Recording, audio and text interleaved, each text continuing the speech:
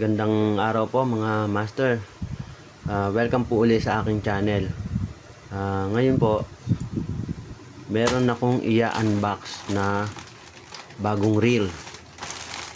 Ang brand niya ay Birking Assassin 3000 series mga master. Bagong laruan na naman.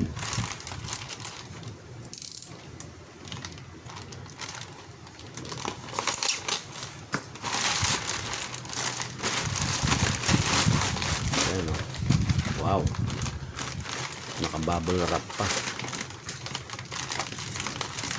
Ayan, bubble wrap na Birking.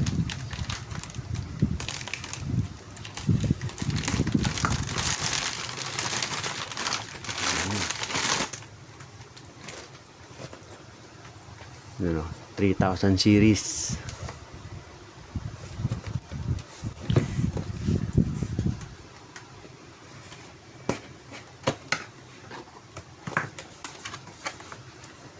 Yun.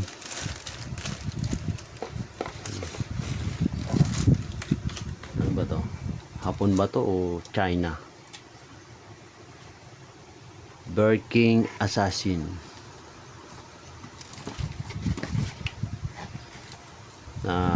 Ang gear niya ay 521.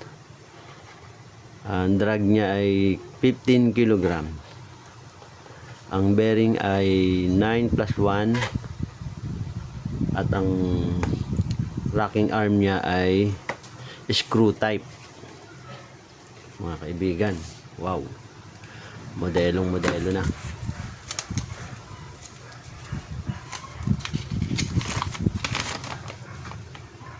Yan, specification, syempre common na to. Wala namang bago, paulit-ulit lang ang kanilang content. Yun, no?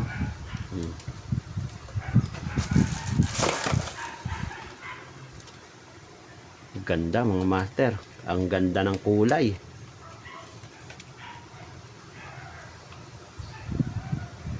Astig, ang kinis, ang kulay, ang ganda. Yung kanyang power knob, ang ganda rin. Mukhang bearing nang nakalagay sa loob. Ayan, walang kapalag-palag.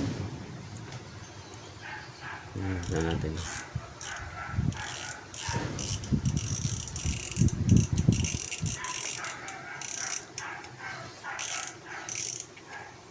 Pansin ko dito, yung braking force niya o yung mga sleeve na nakalagay sa loob, parang ang dami, parang tiga-apat na asbestos o carbon. Yung bell niya ibang type. Ano? Parang hawig siya nung Decoral. Kung familiar po kayo sa Decoral, yun po ay parang clone ng Shimano Stradic.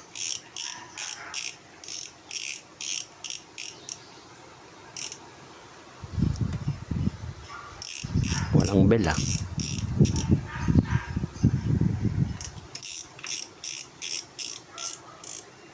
Ayun, meron pala. Pero hindi ganun kalakas. Yung forma niya parang forma ng Shimano din eh. Ayun, AS Assassin ang sabi. Ito, Assassin. Ayan.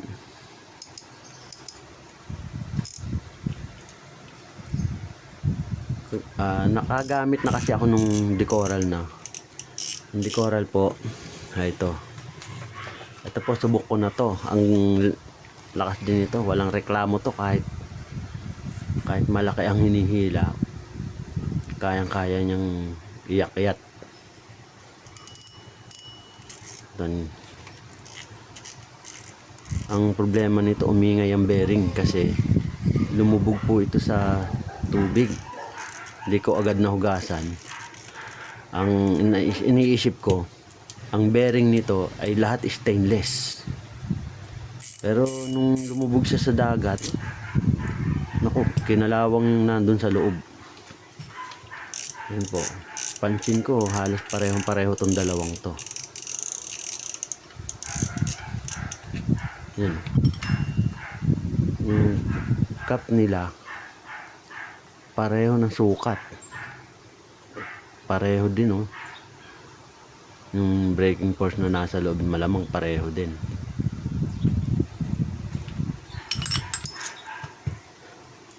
Ayan. Ito po. Ito po ay dating ganto rin nakakabit dito. Binago ko lang kasi nawala na po yung gantong spring. Kinonvert ko na lang siya ng may gear.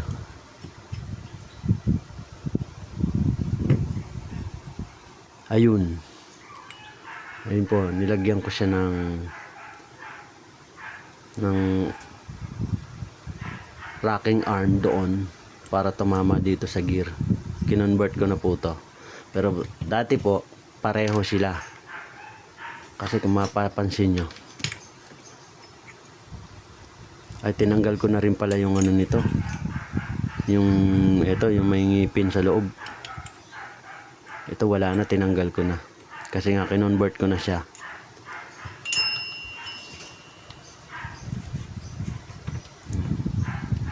Ang ganda po mga master. 1,300 Shopee. Sa Shopee ko binili. Malamang pareho performance nito.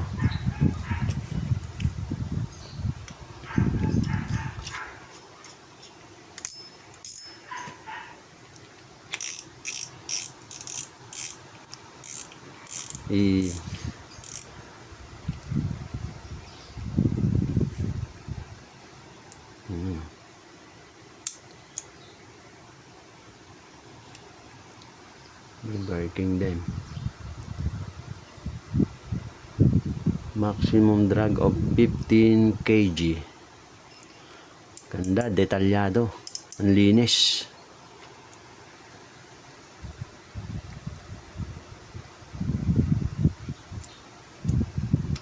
Titingnan natin ang performance sa field. Pero malamang pareho sila nitong Decoral.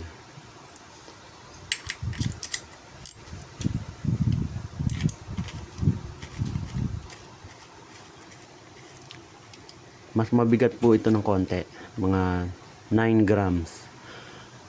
9 grams, mas mabigat to ng konti. At 306 grams.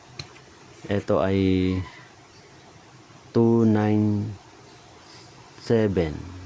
o something, 297 point something. Maganda po nito, pag nasira ito, pwede kong ipalit yung ibang parts nito dito. O kung ito masira, pwede kong ilipat dito. Kaya kinuha ko to. Kaya binili ko to eh.